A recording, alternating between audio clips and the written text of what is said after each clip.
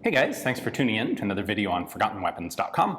I'm Ian McCollum, and I'm here today at Works 11 in Katowice, Poland, taking a look at a couple of really cool, unusual Polish small arms. Now, what we have here is a police tear gas launcher. This is one of a couple of experimental designs that were put together in the late 1960s. So the origin of this goes back to the Poznań massacre in 1956 in Warsaw, where the Polish government was forced to respond to this riot, essentially, with military. And in the aftermath of that, they decided they really didn't want to do that again. They ought to have some sort of police riot squad, essentially, set up to handle situations like that. So such a unit was developed in 1957.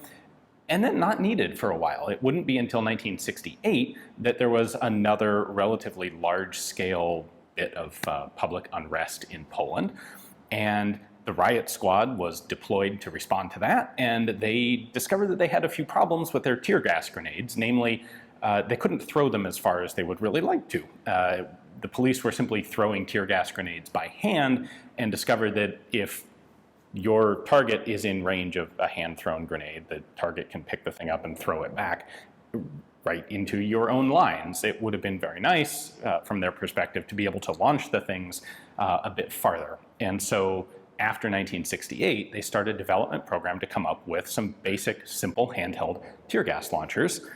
And this is one of the initial designs they came up with. So let's take a closer look, because this is a crazy kludge of a couple of other Polish small arms.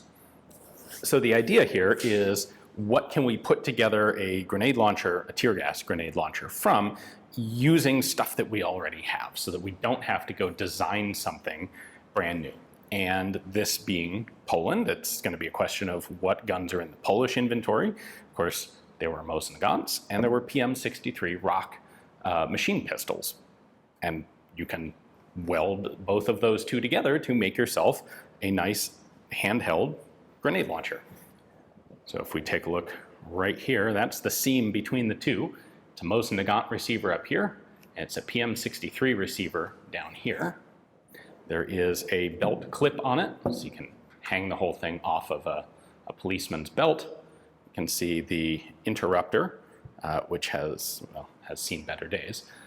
These are chambered for 7.62 by 39. They don't use 54 rim. They use 7.62 by 39 millimeter blanks.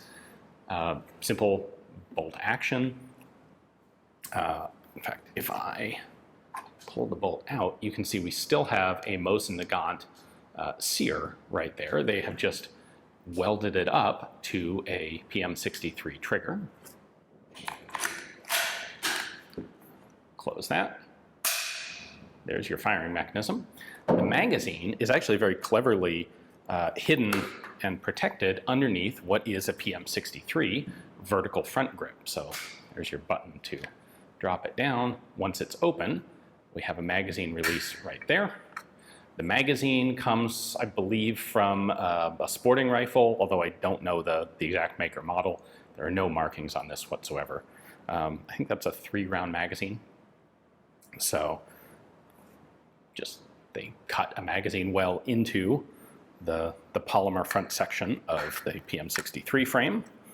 Use this with the vertical front grip if you want to, or you can close it up. Doesn't really make a difference. There is a grenade launcher cup threaded onto the front of the barrel there. Just standard tear gas grenades fit in there. You can see that they have drilled and put a set screw through the barrel itself. So that screw protrudes into the barrel. This is not something that's safe to fire with live ammunition. Obviously, if you fire a live round, it's going to go into the tear gas grenade anyway.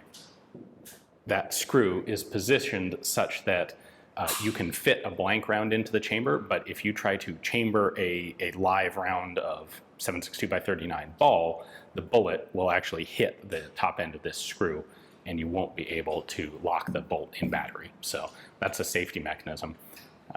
Even if you were willing to shoot someone at the other end of the thing with a round of 7.62 by 39, you don't want that bullet to go into the tear gas grenade while it's still sitting in that launcher cup. So there is one of the grenade launching blank cartridges that was used, white painted tip, and of course, It's a bit of a different case design where the case comes all the way forward up here because there is no projectile.